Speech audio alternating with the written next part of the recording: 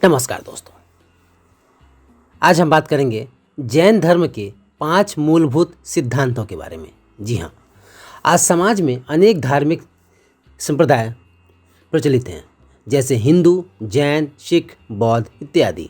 जब हम जैन धर्म की बात करते हैं तो इसका मतलब है जीवन जीने की शाश्वत से संबंध स्थापित करने की जैन पद्धति।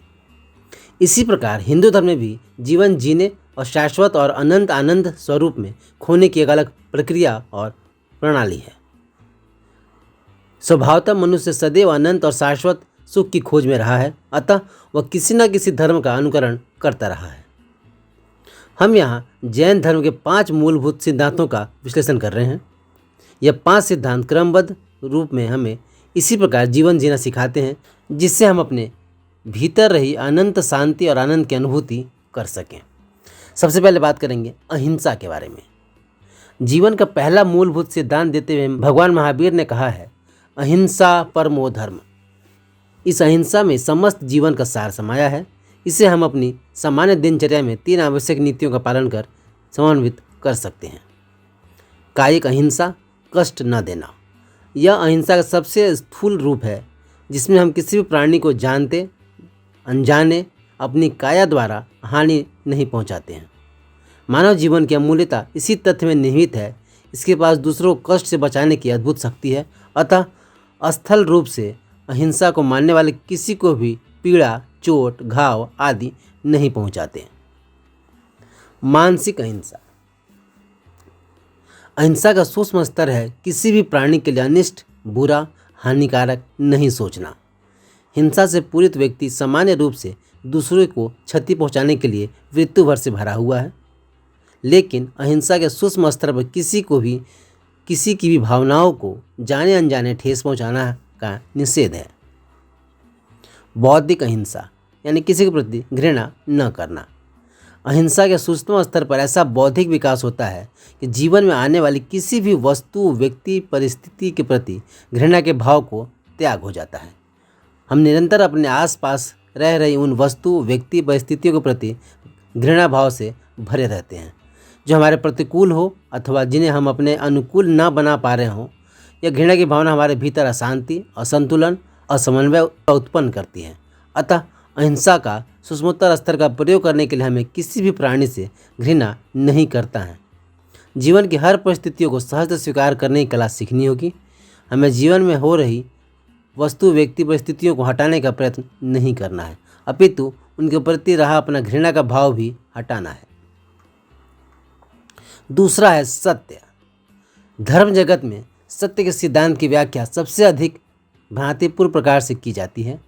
हम अपने बच्चों, युवा पीढ़ी को जैन सिद्धांत समझाते हुए हमेशा सत्य बोलने की प्रेरणा देते हैं, परंतु क्या दूसरी और तीसरी कक्षा में पढ़ाया जाने वाला नीति का यह सूत्र भगवान महावीर द्वारा दिया गया महावर्त हो सकता है?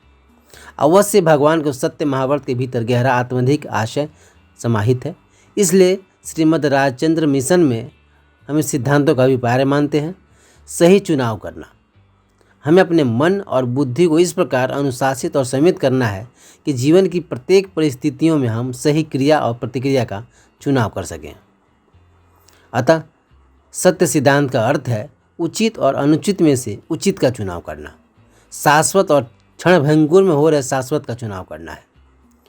जब सद्गुरु द्वारा प्रदत्त शिक्षाओं को हम अपने जीवन का आधार बनाते हैं, तो उपरोक्त कथित सत्य का सार हमारे मन और बुद्धि को शुद्ध करते हुए जीवन की प्रत्येक अवस्था में हमें उचित और शाश्वत का चुनाव करने की सहज प्रेरणा देता है। तीसरा है औचौर्य। चेतना के उन्नत शिखर को दिए गए भगवान महावीर के औचौर्य महाव्रत को हम संसारी जीव अपनी सामान्य बुद्धि द्वारा पूर्णतः समझ नहीं पाते। दूसरों की वस्तुएं न चुराना ही इसका अभिप्राय मानते रहे, परंतु भगवान अपने पूर्ण जागृत केवल ज्ञानमय अवस्था में इसका उथला संदेश नहीं दे सकते। इसका महावर्त का एक दूसरा भी गौशाली आयाम है। स्वरूप को प्राप्त हुए भगवान का गहन प्रतीकात्मक संदेश हम तभी समझ पाते हैं जब हम अपनी चेतना को ईश्वरीय चेतना के साथ संलेखित करते हैं। अन्यथा अपनी सामान्य बुद्धि से इन प्रभावशाली शब्दों को केवल ऊपरी अर्थ पकड़कर पूरे जीवन भ्रम में व्यतीत कर देते हैं। अतः औचर्य सिद्धांत का अर्थ केवल दूसरों की वस्तु चुराना नहीं अथवा हड़पने की सोचना नहीं, मात्र इतना नहीं अपितु इसका गहन आध्यात्मिक अर्थ है शरीर मन बुद्धि को मैं नहीं मानना। मैं शुद्ध चैतन्य स्वरूप हूँ तथा शरीर मन बुद्धि इस मानव जीवन का यापन करने हेतु मात्र साधन रूप है, जिनके द्वारा हम अपने यथार्थ स्वरूप तक पहुँच सकें। जैसे जल से भरी मटकी के कार्य केवल जल को अपने भीतर संभालना है, मटकी जल नहीं है। प्यास जल से बुझती है, मटकी से नहीं। इसी प्रकार चेतना इस शरीर मन बुद्धि में व्यापक है, परंतु वह मैं अर्थात स्वरूप नहीं है। अपनी अज्ञान अवस्था से बाहर आकर जब हम अपने शुद्ध आत्मिक स्वरूप को मैं या मेरा मानते हैं, तभी भगवान द्वारा प्रदत्त औचौर्य के सिद्धांत का पालन होता है। चौथा है ब्रह्मचर्य। यह सिद्धांत उपरोक्त 3 सिद्धांतों अहिंसा सत्य और औचर्य के परिणाम स्वरूप फलीभूत होता है। इसका सात्विक अर्थ है ब्रह्मा जोड़ चर्य, अर्थात ब्रह्मा चेतना में स्थिर रहना। जब मनुष्य उचित अनुचित में से उचित का चुनाव करता है तो अनित्य शरीर मन बुद्धि से ऊपर उठकर शाश्वत स्वरूप में स्थित होता है, तो परिणामतः वह अपनी आनंद रूपी स्वयं सत्ता के केंद्र बिंदु पर लौटता है, जिसे ब्रह्मचर्य कहा जाता है। शरीर मन बुद्धि को मैं मारने की धारणा से बाहर निकलने के परिणाम स्वरूप शारीरिक सहचर्य और संभोग की चाहते गिरती हैं। इस अवस्था को हम ब्रह्मचर्य मान सकते हैं। किंतु जब हम शरीर से ही मोह नहीं रहता है, तब किसी शरीर से भोग की तृष्णा को छोड़ पाना अत्यंत सरल हो जाता है। और अंत है 5वां अपरिग्रह। जो स्वरूप के प्रति जागरूक हो जाता है और शरीर मन बुद्धि को अपना न मानते हुए जीवन व्यतीत करता है, उसकी बाह्य दिनचर्या संयमित दिखती है। जीवन की हर अवस्था में अपरिग्रह का भाव दृष्टिगोचर होता है तथा भगवान महावीर के पथ पर उस भव्य आत्मा का अनुगमन होता है। अपरिग्रह के निम्नलिखित 3 आयाम है। वस्तुओं का अपरिग्रह। जैसे जैसे हम सात्विक चैतन्य सत्ता के निकटता में आते हैं, वैसे वैसे क्षणिक सांसारिक वस्तुओं का मोह छूटता है। अतः वस्तुओं की उपलब्धता अथवा गैर उपलब्धता दोनों की स्थितियों में समान भाव रहता है अथवा मानसिक और शारीरिक व्याकुलता नहीं होती। व्यक्तियों का अपरिग्रह। संसार की लीला में व्यक्ति आते हैं, अपनी भूमिका निभाते हैं और चले जाते हैं। जिसे इस स्वांग की वास्तविकता का बोध हो जाता है, वह इस अभिनय को पार जाकर अपने निज स्वरूप का पहचान लेता है। जैन के रूप में जीवन व्यतीत करता हुआ मनुष्य व्यक्तियों के परिग्रह में मूर्छित नहीं रहता। वह चाहे जहाँ भी रहे, जन समूह में हो अथवा एकांत हो, हमेशा प्रसन्नचित रहता है। किंतु उसकी शांति और आनंद बाह्य जगत से नहीं, अपितु भीतर स्वात्म के अनंत स्रोत से उत्पन्न होती है। विचारों का अपरिग्रह। जागृत अवस्था को प्राप्त होते हुए मनुष्य सर्व समावेशी मानसिकता धारण करते हुए विचारों के आग्रह का त्याग करते हैं।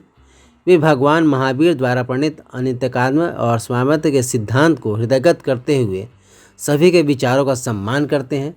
वे मानते हैं कि कोई भी विचार परम या संपूर्ण नहीं हो सकता, क्योंकि केवल शुद्ध चैतन्य स्वरूप ही परम और संपूर्ण है, जिसे विचारों के पार जाकर ही अनुभव किया सकता है। इस प्रकार जैन धर्म के 5 सिद्धांत जीवन व्यापन की ऐसी शैली प्रदान करते हैं जिससे हम मानवीय शरीर से मुक्ति मार्ग की ओर अग्रसर हो सकें। आत्मनिरीक्षण करते हुए हम शुद्ध चैतन्य आत्म अनुभव तक पहुंच सकें। हमें भगवान के दिए हुए बोध का अवलोकन न करते हुए अपनी प्रज्ञा द्वारा गहन चिंतन और अभ्यास करते हुए इस शरीर मन बुद्धि को पार रही शुद्ध चैतन्य रूपी स्वसत्ता का अनुभव इसी मनुष्य जीवन में अवश्य करना चाहिए। तो दोस्तों, आपका बहुमूल्य समय देने के लिए बहुत बहुत धन्यवाद। इस वीडियो को लाइक करके आप हमारा मनोबल बढ़ा सकते हैं। दोस्तों, अगर आप हमारे वीडियो को मिस नहीं करना चाहते तो कृपया चैनल को सब्सक्राइब कर दें। आपको यह वीडियो कैसी लगी हमें कमेंट्स करके जरूर बताएं। धन्यवाद।